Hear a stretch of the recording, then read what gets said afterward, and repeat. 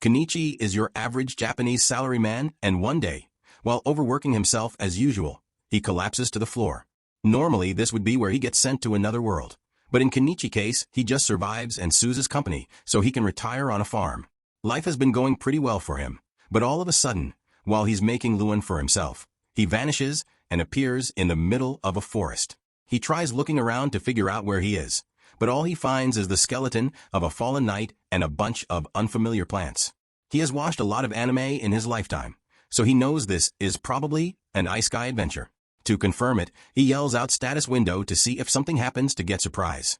His status screen does indeed appear, so he is definitely stuck in another world, and honestly he's fine with that. He checks out his status, but he's a bit confused since he can't see any HP bar on the screen. However, he does have his Amazon account, so he can still make as many impulsive purchases as he wants. He also has access to an item box, so he picks up a handful of weeds to test out what the item box can do. He puts the weeds in his item box and figures out that he can separate and retrieve the individual components from the items he puts in it. He also decides to test out the store, so he takes a look at it, but unfortunately, he still needs money to buy things. There's a prompt that says he's allowed to trade items in his item box for money. But right now, all he's got is a couple of weeds, and those aren't worth much. He has literally nothing valuable to trade for money. So at this rate, he's probably going to starve. But just then he notices the shiny equipment on the dead knight, and since he's dead anyway, it's not like he needs it anymore. And the first thing Kenichi does is buy some daily necessities and some bread from the store. Afterwards, he buries the knight's skeleton to pay his respects and leaves the area on the new bicycle he bought. He's searching for some kind of settlement so he can talk to some people and earn some money. But he has no idea where he is. For now, he decides to just set up camp for the night, since he's not going to find anything today. However, if he doesn't find a city, he plans to resell some of the things he buys from the store to gain a massive profit. If he does that, he should be able to survive and thrive in this world. But there's just one problem. Until now, Kenichi hadn't considered that it would be dangerous. Out in the middle of the woods, once night falls, he gets surrounded by a pack of wolves, and they don't look like they are friendly. Kenichi freaks out because he knows he's dead meat. He doesn't act fast, so he turns to his store and immediately tries to purchase the biggest gun he can find. Unfortunately, guns aren't available, so he settles for the next best thing and buys a bunch of fireworks. The fireworks scare the wolves a little, but it's ultimately not enough to get rid of them. Kenichi starts looking for something else. He eventually finds a slingshot and uses it to fire balls at the wolves. The force from the balls is so strong that it knocks a couple of the wolves out and makes the rest reconsider their options, since Kenichi clearly isn't as easy a target if they thought. Once the wolves back off, Kenichi immediately rushes over to his bike and rides into the night to get as far away from wolf territory as possible by the next morning. Kenichi is exhausted from all the biking he did, but he's still got no idea where he is. He buys a ladder and a telescope so he can climb up one of the trees and look at his surroundings. Thankfully, he manages to spot a city over in the distance, so he should be able to start earning money. If he heads over there, he begins the long journey through the grasslands. But as he finally makes it to the main road, he nearly ends up getting run over in the process. The guy in the cart apologizes for nearly hitting him, and since he feels bad about it, he offers to give Kenichi a ride to the city. He introduces himself as Fu, a merchant, and the one in the back of his carriage is Traveling Bard, so she's a fellow passenger. While they ride, Fu mentions how Kenichi is dressed pretty strangely. So he asks him what he's heading to the city for, and Kenichi responds, saying he plans to open a business there. Eventually, they make it through the city gates. So F drops Kenichi off in front of his store, and Kenichi helps him unload his cargo. Fudo thanks Kenichi for his help, but Kenichi is the one who should be thankful here, since really helped him out. To show his gratitude, he gives Fu a pouch of pepper. But once Fu realizes what this is, he warns Kenichi not to sell. In this city, there's a spice mafia called Boba, and they have a total monopoly on the spice market. So if Kenichi tries to compete with them, they might send the Boeing assassin after him. Kenichi hadn't realized that simply selling his goods could be so dangerous. So he is thankful for Fu's warnings. Fu normally wouldn't want to risk drawing the attention of Boba, but since it's a private deal between him and Kenichi, he decides to buy the pepper. Kenichi tries to tell him he doesn't have to pay for it, but Fu insists. Since a merchant never accepts anything for free, because that would mean he owes Kenichi a favor. Kenichi can understand that, so he accepts Fu's payment. But even though he was giving Fu a discount, he still be a lot more than he was expecting. He only paid 1,000 yen for that pepper, but F paid him the equivalent of 100,000 yen for it. Kenny walks around town for a bit, and he eventually finds a local inn and restaurant. So he heads in and is greeted by the hostess, Elia. He tells her he is here for lodging, and she would be happy to help with that. So she shows him to the front desk. The price for one room is 1 copper coin, and payment has to be made up front. So Kenichi gives her the money. Now all she needs Kenichi to do is write his name in the contract, but Kenichi suddenly realizes that he doesn't know how to write in this country's language. Elle notices Kenichi's strange clothing, so she asks if he's some kind of foreign ambassador, but Kenichi tells her that he's just in town because he wants to start up his own business. AAL is supportive, but she doesn't think Kenichi will be accepted by the Merchant Guild, since they require their members to be able to read, write, and do math, and he apparently can't. Kenichi is perfect literate, but he just doesn't understand the language of this country, and as for math, he's pretty good at it, so that shouldn't be a problem. Asalia doesn't believe Kenichi really knows how to do math, so she asks him a basic multiplication problem to test him, and Kenichi answers instantly, basically making him a math genius in this world. Moving on, Elia helps him write his name down on the contract, and since Kenichi needs to learn to read and write, he asks her if she would be willing to teach him this country's language. He offers to give her some kami in exchange for the language lessons, and as she hears CC, she's totally on board. It's basically impossible to get sweets in the kingdom of Caden, since only nobles ever get to buy things like this. In fact, if the nobles found out that she has such wonderful sweets, they would probably try to take them away from her, but she refuses to let that happen. After Elia calms down from her char rush, she begins teaching Kenichi about this world's language, and it's pretty easy for him to understand, since it's similar to the katakana of Japanese. The numbers also follow the same decimal system, so it's not long before Kenichi is able to read and write perfectly. AAL is amazed that he was able to learn the language in just a few hours, and if he can do that, then he's definitely smart enough to make a good name for himself as a merchant. So she's starting to consider him as a good marriage partner king. She thinks Elia is joking since he is old enough to be her father, so he doesn't take her statement seriously. He finishes the portraits he had been drawing of her, and when Alia sees it, she is overjoyed because it looks exactly like her, and normally only nobles get to have their portrait taken. Kenny has given her delicious candy and drawn a portrait for her, so she can't let him go without giving him something in return, which is why she jumps on top of him. And that night Kenichi makes a clap. The next morning Kenichi arrives at the Merchant Guild and meets with one of the representatives because he wants to register with them. The representative gives him some paperwork to fill out, and once he's done with that, all he has to do is pay the registration fee, and he will officially be a member of the Merchant Guild. The registration fee is 1 silver, but that's like 50,000 yen. So he can afford to pay it all at once, and asks to pay in installments instead. Thankfully, the guild allows partial payments, so Kenichi is now an official member of the Merchants Guild. The receptionist hands him an ID stick and tells him to have it visible whenever he is conducting business, because it serves as proof that he is part of the Merchant Guild. Now that he has registered, Kenichi decides to take a walk around the market to figure out how much things cost around here, and overall, all manufactured goods are way more expensive than they would be if he bought them from his store. The only things that are reasonably priced are foods, so while Kichi is there, he buys a bag of fruit from a vendor.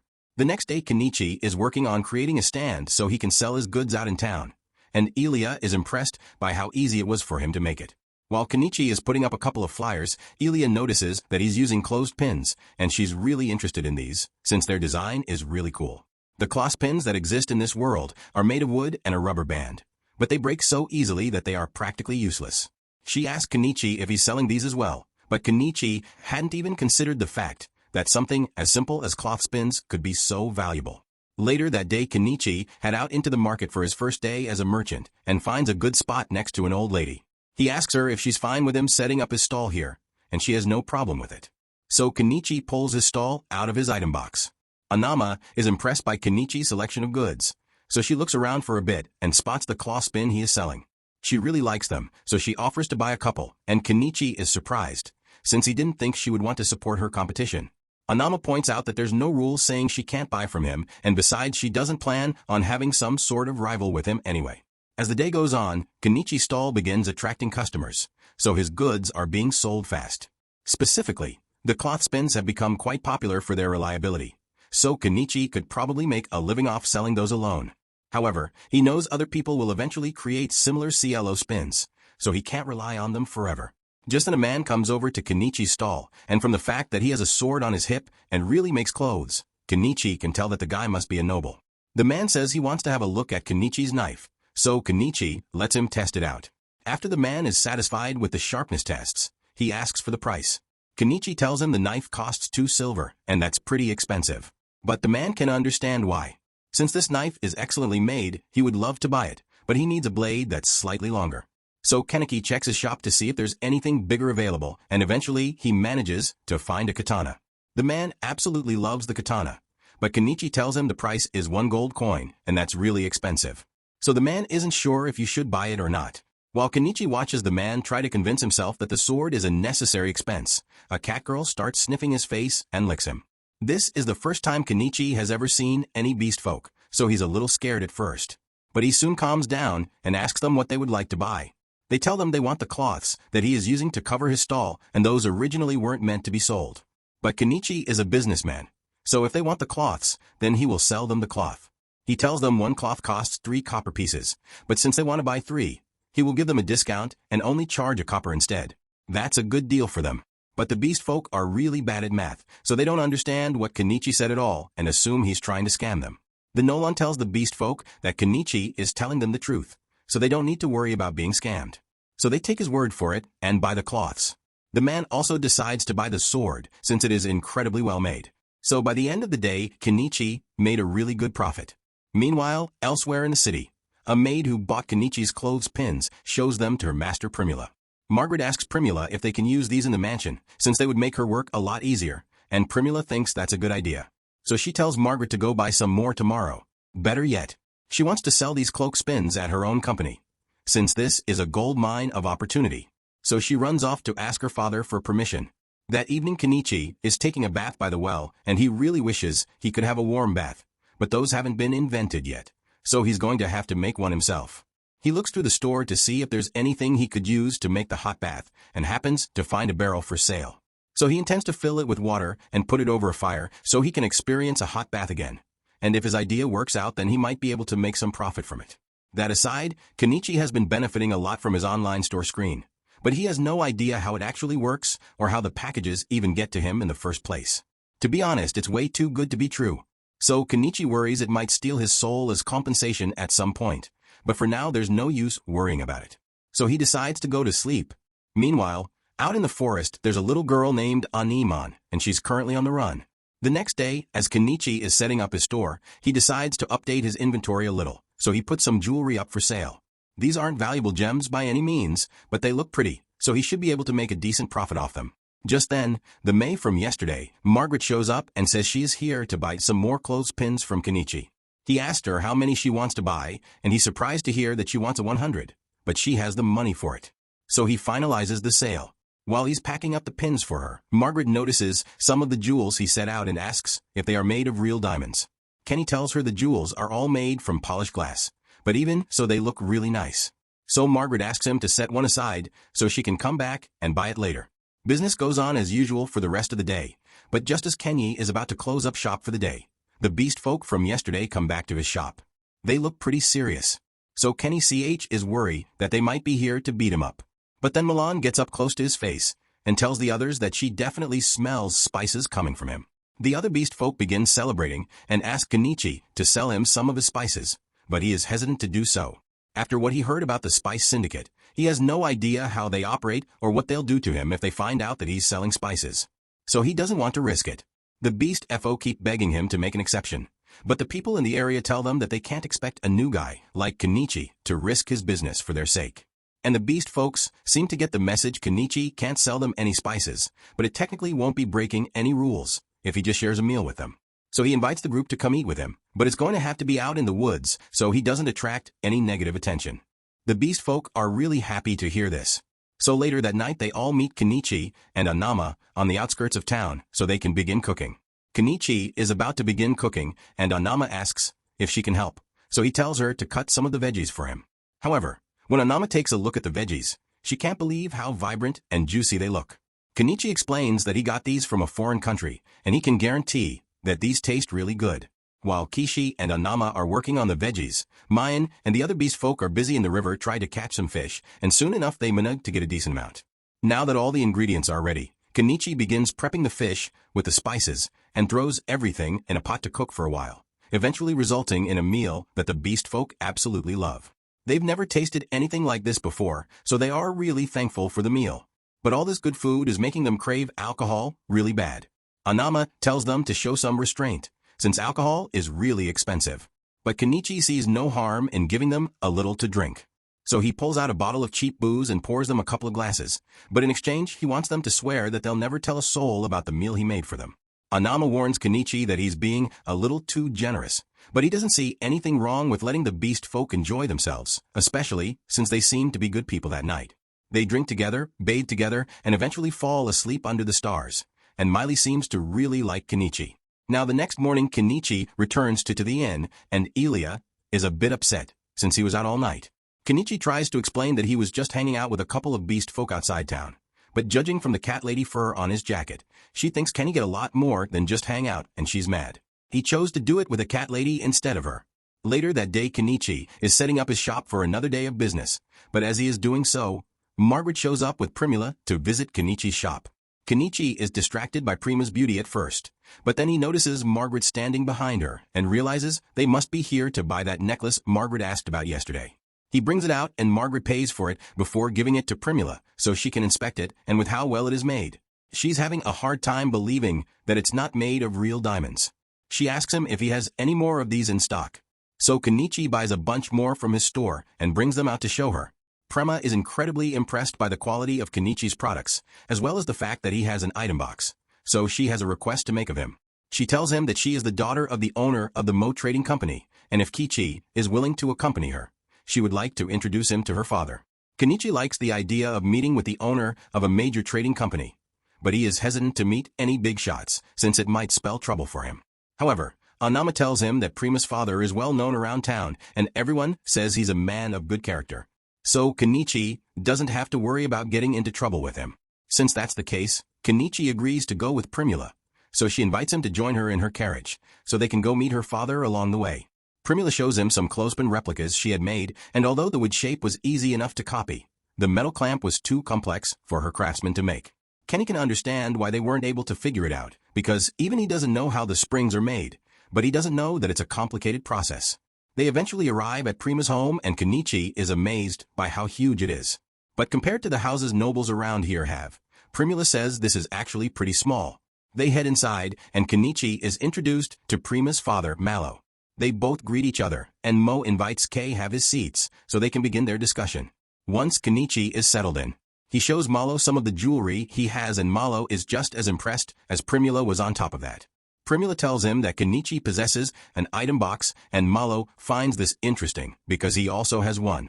His time box is what allowed him to build his trading company to this level in the first place. So, cued properly, he thinks Kenichi could become quite successful, although right now Kenichi is just using it to store his supplies anyway. The reason Malo wanted to meet with Kenichi is because he wants to discuss the possibility of Kenichi becoming the official supplier for the Malo company.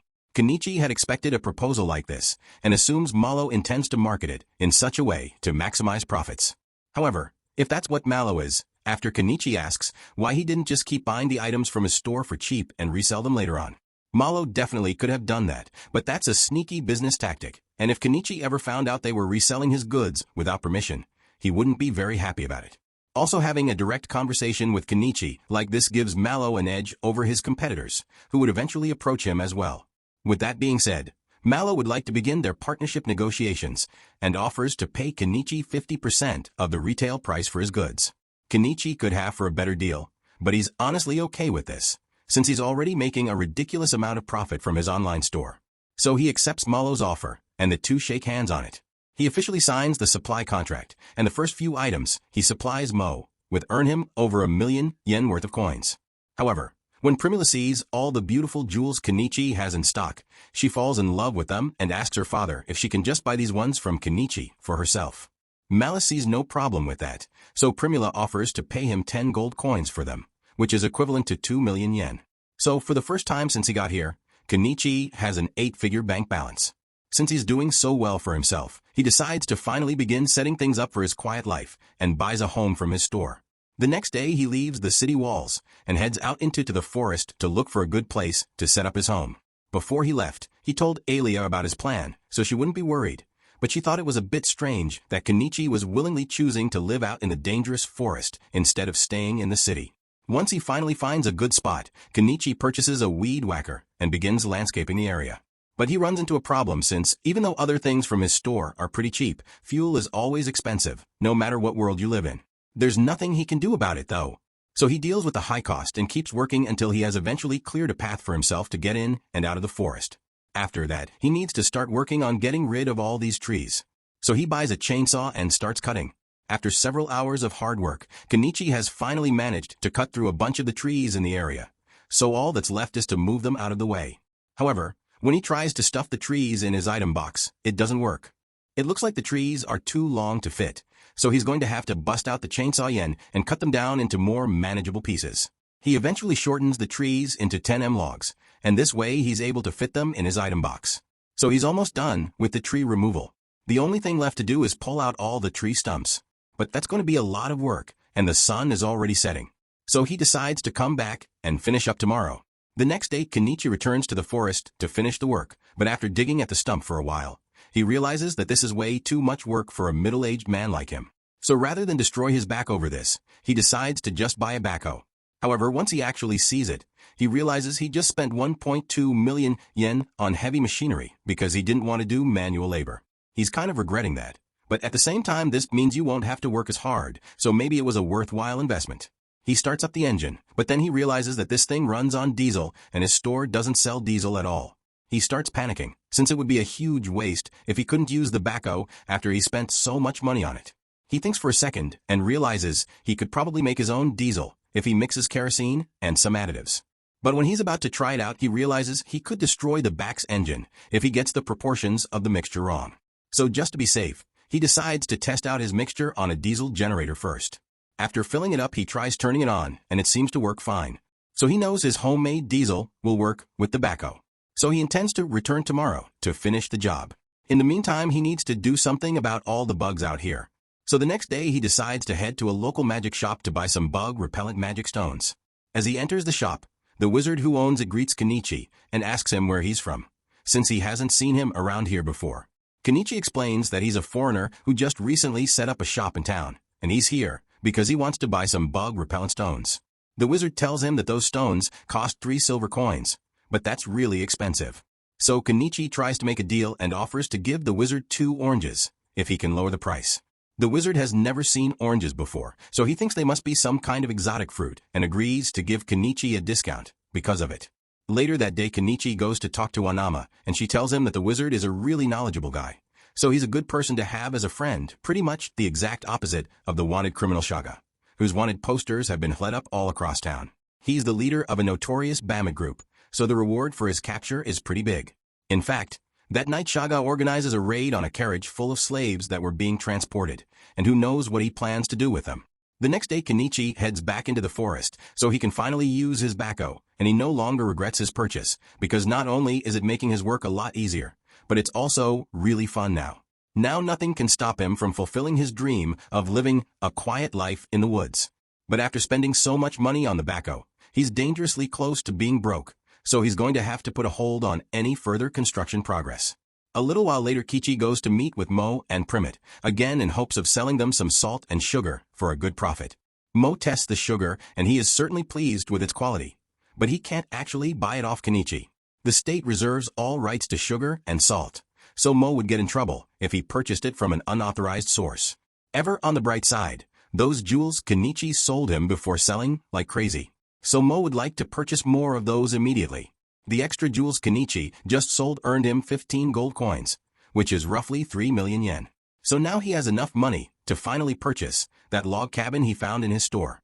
You honestly still can't believe that there's a whole cabin for sale in his store, and for only 1.7 million yen too. It almost sounds too good to be true, but Kenichi isn't going to miss out on the deal, so he buys the log cabin. Unfortunately, the cabin must have been sourced from AIA, because when he purchases it, he gets buried in a pile of wood planks and some instructions that he doesn't know how to follow. He takes a moment to read over the instructions manually, and just as he had feared, assembling this thing is going to be a major pain in the ass to do, but he has already paid for it, so he has no choice but to get it over with. As Kenichi begins building, the beast folk from earlier happen to be passing by, and, as a show of gratitude, they decide to help Kenichi out with his construction. Several weeks go by and, thanks to the beast folks' help, Kenichi has been able to make steady progress on his log cabin, while also keeping his stall open, and in just under a month of work, the construction of the cabin is finally out complete. He couldn't have gotten all this done in such a short time without the help of the beast folk, so to thank them, he organized the nice barbecue party. However, even though the cabin is finally complete, there are still a ton of things that Kichi has to do on his own, like painting the walls and the roof and generating electricity. It took another month to get all his necessities worked out. But once everything has finally been taken care of, Kenichi's home is completely self-sufficient. He made a fence around his house and farm, and as for electricity, he set up a couple of solar panels. Now that he has finally finished setting up his dream home, the first thing Kenichi does to celebrate is to take a nice, warm bath, although he still needs to figure out how to get indoor plumbing, since he had to make several bike trips to fill up this bath. The next morning, Kenichi heads back to the inn to tell Ilya that he's finally done with his forest cabin, so we won't be staying at this inn anymore. Ilya is a bit surprised, since she didn't think Kenichi was serious when he said he wanted to build a house out in the forest. But she's also happy that he could achieve one of his goals, even if it means she won't get to see him as often anymore. The day after that, Kenichi wakes up in his cabin, and since the weather is so wonderful, he decides to go out and take some photos of the local flowers. However, his little joyride is cut short when he nearly gets shot by an arrow. Kenichi is so surprised that he falls off his bike, but more arrows are fired at him, so Hukes wreck cover behind a tree. The ones firing the arrows are seen to be some new beast folk that happens to live in the forest, and in their defense they were out here hunting, so they instinctively attacked him. But even after realizing that Kenichi is the human who built a house in this forest, they don't care and decide to kill him anyway. Kenichi has no idea why these beast folk are attacking him, but he's not going to sit back and let them do as they please. So he reaches into his inventory and pulls out his slingshot to return fire. The beast folk get a little spooked since they weren't expecting the weak human to fight back, and they start re-evaluating their choices. Once Kenichi throws fireworks at them and pulls out his excavator, the beast folk have no intention of waiting around to see what that thing can do. So they all run away, and Kenichi is left wondering what that was all about. But just then he notices a wounded animal crying out in pain at the base of the tree, has been shot in the leg and probably won't last much longer unless Kenichi does something quickly. He approaches the cat, but the cat doesn't trust him, so it snarls as he gets close.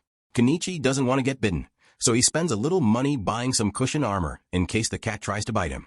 But as he goes to remove the arrow, the cat hardly fights back, so it must be out of stamina. This makes it a lot easier to treat the cat's wounds, so he buys a bottle of alcohol to disinfect the wound and then applies some antibiotic cream. The cat's wounds have been taken care of, but there's still no guarantee that it'll survive out in the open like this. So Kenichi decides to take it back to his house.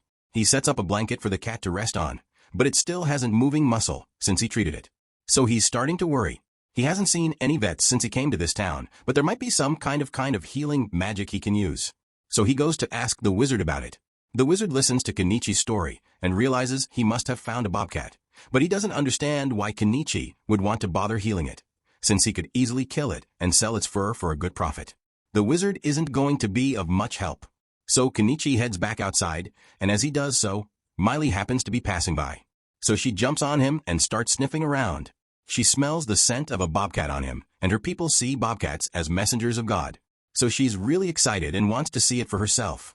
She follows Kichi back to his house, and as soon as she sees the bobcat, she can already tell that its injury was caused by the dog beast folk. So she swears to make them pay. In the meantime, the bobat seems to be doing a bit better, but it keeps trying to lick its wound. So Kenichi is forced to stick a cone on its head. Miley is impressed by how capable Kenichi is when it comes to healthcare, so she asks him if he's a doctor, but he says he just knows a bit of first aid. Miley wants to thank Kenichi for saving the bobcat, so she goes outside and does a little quick hunting to get Kenichi some bird meat, and once she brings her catch back, Kenichi grows it for their dinner. After eating, Miley is exhausted, so she asks Kenichi to let her stay here for the night. Kenny asks her if it's all right for her to just ditch her work and spend the night gear, but she's more worried about the bobcat than she's about work. Right now, Kenichi agrees to let her stay the night, but he only has one bed. So Miley suggests that the two of them sleep together, and Miley ends up on top of Kenichi later that night. Several days later, the cat seems to be doing a lot better. So Kenichi decides to start working on his farm. But even though he can buy the seedlings and tools for his farm, he still has to think about his water situation, because having to run down to the river every time he wants to water his crops would be a major pain to deal with. The first thing that comes to mind is for him to construct a well with a pump, but that'll have to be a job for tomorrow because he's too tired to do it today. He goes to bed, and the next morning he wakes up to the feeling of the bobcat jumping on his stomach. As much as that hurt, he's happy to see that the bobcat is so full of energy, so he takes off his cone and releases it back into the wild to live this life. Now back to that. Well, matter. Kenichi decides to take a few days off from running his stall so he can get to work on it. He drills a hole in the ground and installs an electric pump, so he now has access to fresh water whenever he needs it. To celebrate, he starts filling up his bath so he can take a soak, but all of a sudden he hears Primula call out to him. He's surprised to see her here. So Primula explains that he didn't open his shop today. So she got a little worried, and Miley told her about his log cabin. So she decided to visit him. She's impressed that Kenichi was able to build all of this on his own. But then she notices the giant excavator next to his house. So she asks him about it. Kenichi doesn't want to have to explain how that thing works, so he just says it's his summon familiar. To keep it simple, Prula totally believes him, but now she thinks Kenichi can do magic. So he asked her to keep this a secret when she gets back home. Speaking of which, at this time of day the city gates must have been closed already, so Primo won't be able to get home anymore. Primo is already aware of that, which is why she intends to spend the night with Kenichi. And even when Kenichi warns her that he only has one bed, she still insists that it's fine. Just then she notices the barrel behind him. So she asks what it's for, and Kenichi explains that it's a hot bath. So Primula gets excited and asks to try it out by nightfall. Kenichi has warmed up the bath. So Primula gets in and she absolutely loves the warm feeling. But the fact that she's in the middle of the woods makes her feel a little uneasy. So she starts calling for Kenichi. Kenichi tells her he's sitting right on the other side of the wall, but Primula says she would feel better if she could see him face to face after she's done with her bath. Kenichi gives her a bath robe to change into, and she's in love with how warm it feels. So she asks Kenichi if he can sell it to her. Kenichi tells her it's not for sale, but she keeps pleading with him. So he ends up agreeing to sell her a couple of bath Rs. Kenichi then gives her a nightgown to change into for bed, and Primula can hardly believe the variety of wonderful products Kenichi has on hand.